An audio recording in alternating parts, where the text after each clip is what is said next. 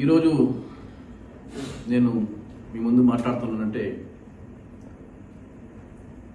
మా వైఎస్ఆర్ పార్టీ తరపున 5 ఏళ్ళు పరిపాలన చేసిన దానికి మా పూతలపూడి నియోజకవర్గం ప్రజలందరూ కూడా నేను థ్యాంక్స్ చెప్తున్నాను.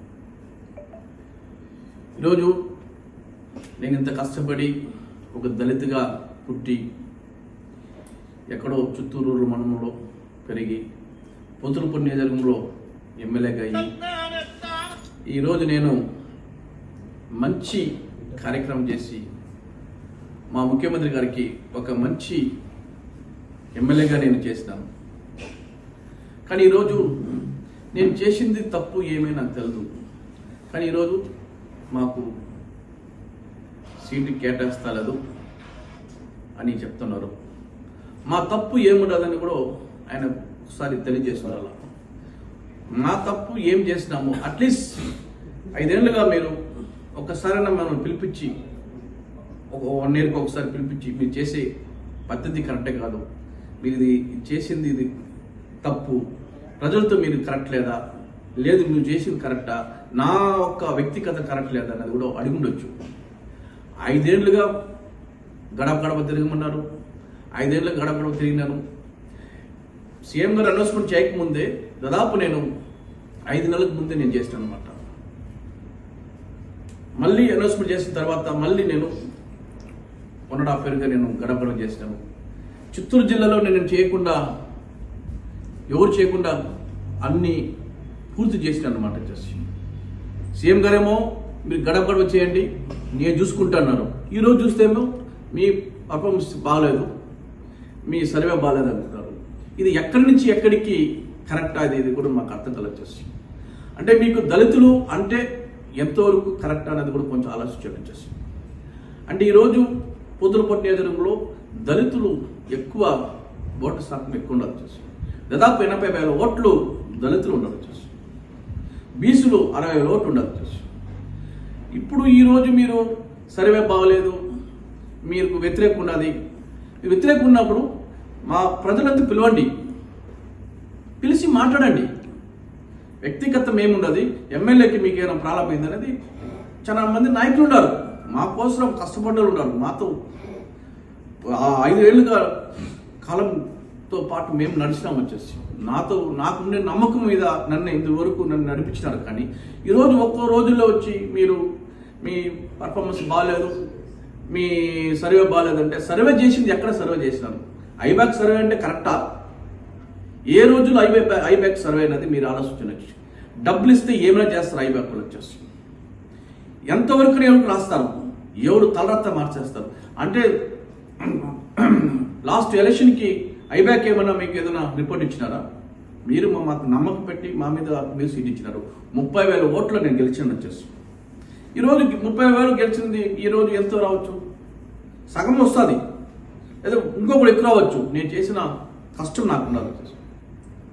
అన్నీ వదులుకొని నా బిజినెస్ ఫ్యామిలీ అంతా వదులుకొని నా ప్రజలే నాకు పార్టీ నాకు అని ఉన్నాను. కానీ మాకెందుకు ఇలా అన్యాయం చేస్తున్నారు వచ్చేసి. దీనికి పరిష్కారం అనేది సీఎం గారు మీరు 100% చెప్పాలి వచ్చేసి. ఎందుకంటే ఈ రోజుల్లో మనకు దళితులకు అందుకు న్యాయం జరగలేదు, అన్ని చోట్ల మాకు ఇబ్బంది అవుతున్నా వచ్చేసి. దళితులు చేసిన కర్మం ఏమి, పాపం చేసాం, ఏం పాపం చేస్తాం చెప్పండి వచ్చేసి. అంటే దళితులు పుట్టింది వేస్తా మేము. రోజు మీరు అంటున్నారు దళితులు ఎస్సీలు ఓసీలు, మాకు ఎస్సీలు బీసీలు మైనారిటీ అంటారు, కానీ మాకు ఏం న్యాయం చేస్తున్నారు? మీరు కొంచెం దయచేసి మీరు పరిష్కరించండి. మా ఒక నియోజకవర్గంలో ప్రజలతో మీరే నిర్ణయం తీసుకోండి. అందరూ లీడర్లు క్యాడర్లు ఉన్నారు, పిలిపించుకోండి, మాట్లాడండి, న్యాయం చేసి. అది లేకుండా సర్వే లేదు, సర్వే బాగాలేదంటే ఏ సర్వే బాగాలేదు వచ్చేసి ప్రాక్టికల్గా వచ్చి మీరు చూస్తే మీకు తెలుస్తుంది. అది లేకుండా సర్వే బాగాలేదు మీకు ఈసారి కాదు అనేది కరెక్ట్ కాదు. 5 ఏళ్ళుగా మేము కష్టపడింది దేనికి? ఏం ఫలితం వచ్చింది? మమ్మల్ని ఇంత కష్టపడి 5 ఏళ్ళకి అన్ని మీరు 5 ఏళ్ళు కష్టపడి మీరు చెప్పింది మేము చేసినాము. మేము చేసింది ఏం లేదు కదా. మేము చేయాలంటే కూడా మాకు పైన అధికారులు ఉన్నారు, పైన మంత్రులు ఉన్నారు, వాళ్ళని అడిగి మేము చేసినాం. కానీ మేము ఓన్గా ఏం చేసింది ఏం లేదు. ఇది చేయాలంటే కూడా మాకు ఇక్కడ మాకు రెడ్డి కమ్యూనిటీ ఎక్కువ ఉంటారు, వాళ్ళు అడిగి చేస్తున్నాం. అడగకుండా ఏం చేయలేం కదా. మాకు ఏమైనా పౌరు చేస్తున్నదా? మేము చేయాలంటే మీరు ఇస్తేగా మేము చేసేందుకు అవుతుంది. మాకు ఏం మీకుండా మీరు చేయండి ఏం చేసేది వచ్చేసి ఎవరితో మేము మాట్లాడాలా, ఎవరితో చెప్పుకోవాలా? అంటే దళితులుగా మేము పుట్టింది వేస్ట్ అనుకున్నాను. అంటే మేము ఈరోజు ఇన్ని కష్టపడి చేసుకొచ్చామంటే ఎవరికి వచ్చేస్తాం? ఆ రోజుల్లో మేము పుట్టింది కాంగ్రెస్లో పుట్టినాం, ఆ రోజు నుంచి కాంగ్రెస్ పార్టీలో ఉన్నాం. రాజశేఖర్ గారు అంటే మాకు ప్రాణం. ఆ రోజు నుంచి రాజశేఖర్ గారితో ఎలా ఉన్నాము, ఎలా బతికినామన్నది మాకు తెలిసి వచ్చేసి ఈరోజు మిమ్మల్ని చూసి మేము వచ్చినాం. మీరు చేసిన న్యాయమా?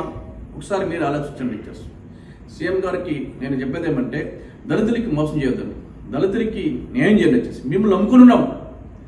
మన పార్టీ అనేది మాకు గుర్తిస్తున్నారు. వచ్చేసి మా పార్టీ అనేది మేము ప్రాణం ఇస్తున్నాం. గతంలో నాకు ఎలక్షన్ అప్పుడు నన్ను కొట్టేస్తే సచ్చి బతికినాను.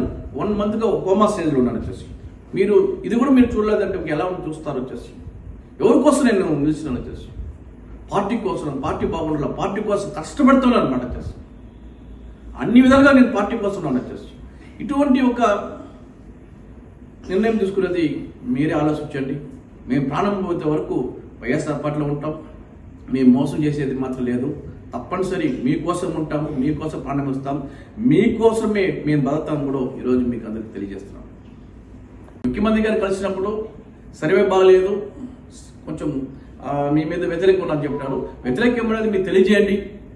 ఏం వ్యతిరేకం ఉన్నది మీరు మా నాయకులతో మాట్లాడండి, మా నాయకులతో మాట్లాడి మీరు నిర్ణయం తీసుకోండి. నేను చెప్పినాను తప్ప ఆయన అడిగినప్పుడు ఇదే మాట్లాడినాను. వచ్చేసి 5 ఏళ్ళు మేము కష్టపడినాము, 5 ఏళ్ళు కష్టపడాలి. ఈరోజు చూస్తున్నారు.